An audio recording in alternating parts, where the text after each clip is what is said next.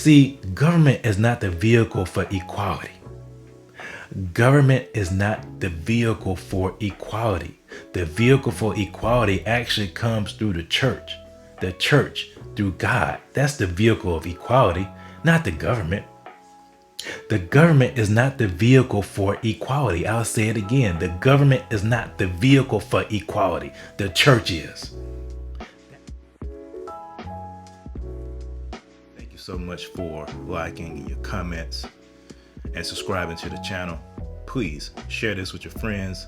Smash that like button. Smash the subscription bell. Share this with everybody you know.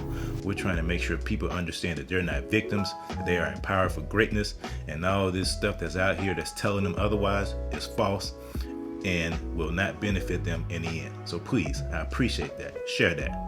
The Declaration of Independence says that we hold these truths to be self-evident, that all men are created equal and endowed by their Creator with certain inalienable rights, among them life, liberty, and the pursuit of happiness.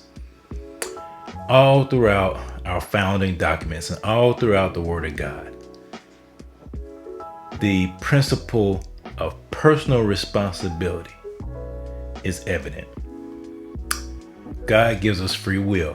Each and every individual has personal responsibility for their eternal spirit and eternal souls.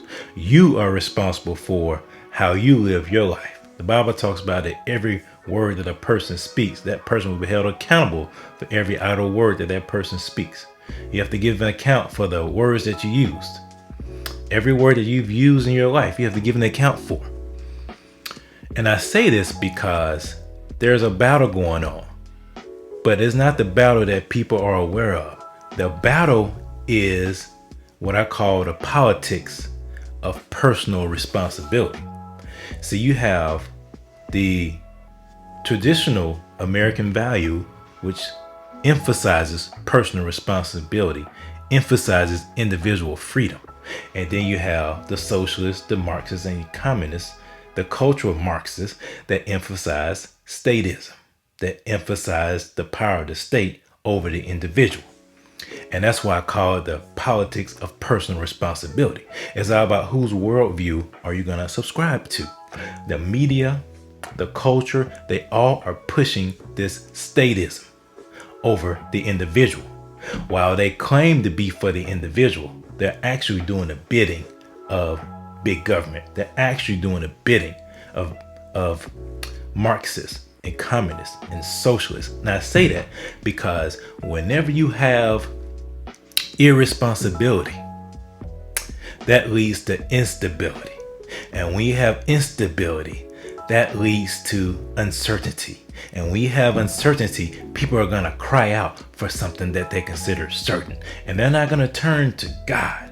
That's when the big government comes in and tries to fill that role. The big government tries to fill a role of God in people's lives. It wants people to worship it instead of worshiping God. It wants people to pay tithes or taxes to it instead of paying tithes to God. It wants people to honor and reverence it, give the glory to the state instead of giving the glory to God. And that's why the state hates God. That's why communists and Marxists and socialists hate God, because they want people to lose their personal responsibility. They want instability, because when you have instability, then you can come in and institute a new way of doing things, a new way of governing. And that's why they're using the media, they're using entertainment, they're using all these people to create instability and chaos. They want as much instability and chaos as possible, because the more instability there is, the more people clamor for government. They do.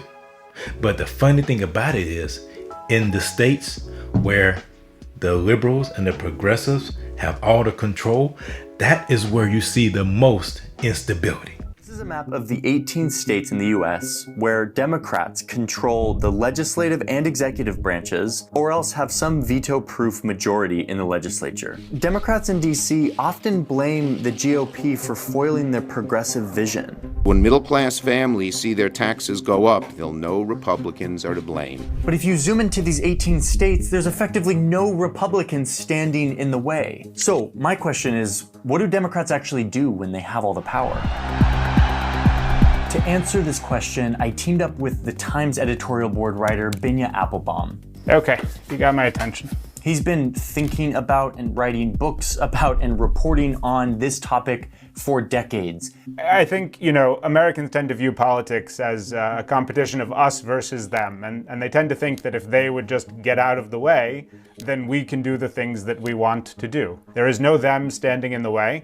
There's just the we of Democrats and their supporters, and they get to decide what policy should look like in those states, and that is an opportunity for them to implement their vision. For this story, I also delved into this giant document. It is the 2020 Democratic Party platform. If you want to really understand what Democrats say they want, what their vision is for America, it's found inside of this document.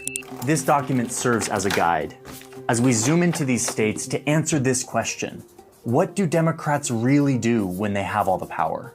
Nearly 554,000 homeless people from the 25 wealthiest Americans shows they're paying little in income taxes compared to their fortunes, sometimes nothing at all. We cannot, in good faith, blame the Republican Party when House Democrats have a majority. There's still very intense segregation happening in all kinds of forms all over this country.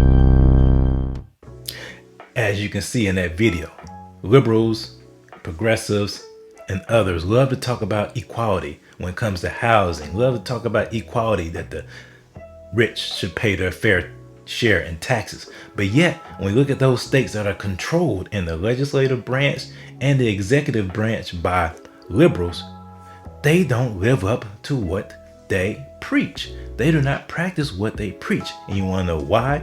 Twofold. Number one, they don't believe in those things that they're telling you because they want to keep the elite above everybody else.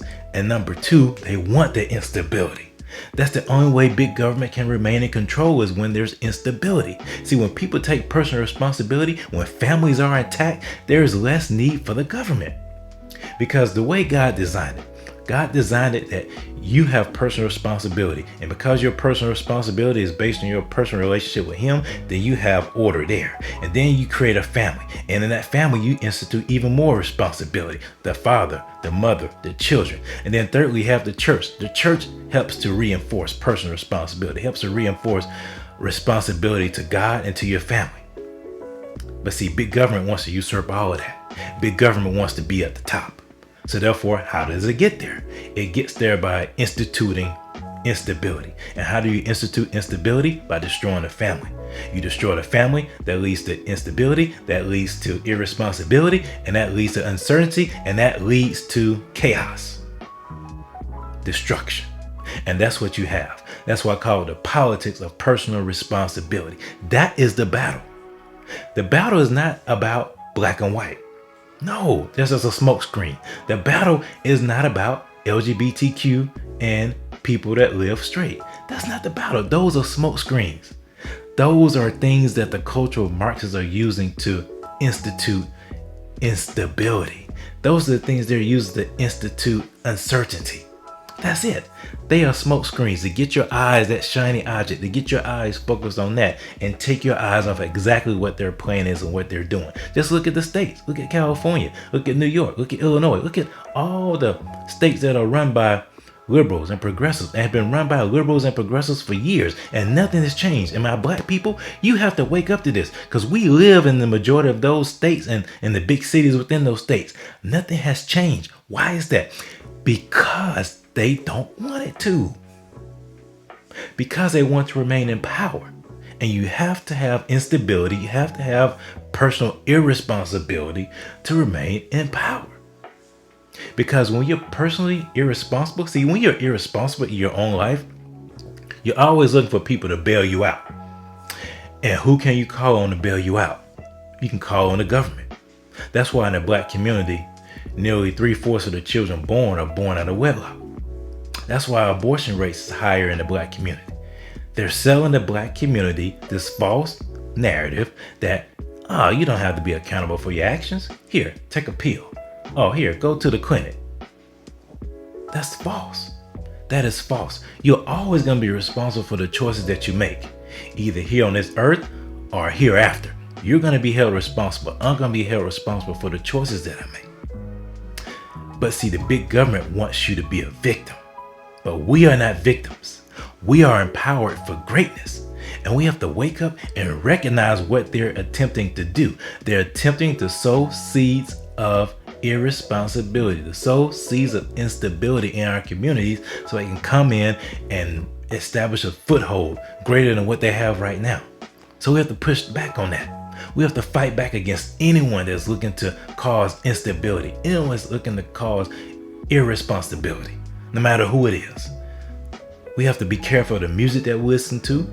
We have to be careful about the people we watch, the movies we watch. All these things are there to destroy the family, to cause instability, to cause irresponsibility. That's the sole purpose of it. And the liberals and the progressives know that. They know that. So that's why they will never change anything. They can campaign, they can say they're looking for equality, so to speak, in all these areas, but they don't want that. Because if they give equality, then that will eliminate a voting base. That will eliminate the need for big government. It will. If you give people personal responsibility back, if you give people incentive to work again, that eliminates the need for big government. You need the big government in their eyes. You need the big government in their eyes for sustenance. You need the big government in their eyes because they want you to see government as a vital need, as you cannot live your life without government intrusion, without government influence in your life. That's the whole point of the matter. That's the agenda, to have government run every bit of your life, to touch every little bit of your life. They do. You have to understand how the Democrats either project what they are doing or they give you an inkling and insight into what they will do. Why do you think they're always talking about keep the government out of my bedroom? Because they want the government in your bedroom. They want the government in your bedroom, they want the government in your bed, they want the government everywhere. They want the government to control everything. See, government is not the vehicle for equality. Government is not the vehicle for equality. The vehicle for equality actually comes through the church. The church through God. That's the vehicle of equality, not the government. The government is not the vehicle for equality. I'll say it again. The government is not the vehicle for equality. The church is. That's the vehicle that God has established for equality. But because too many churches are actually in bed with the government and have ceded that responsibility to the government, this is a mess that we're in. Instead of taking on that mantle to be the vehicle through which equality is presented, the government has taken over that role. And so therefore the government wants to deem us as victims. But we are not victims. We are empowered for greatness because we have the capability, we have personal responsibility to make decisions on our own and be held accountable for them. So we have to push back. We have to encourage our churches to be the vehicle for equality. Our churches should be the vehicle for equality, not the government. We are not victims. We are empowered for greatness.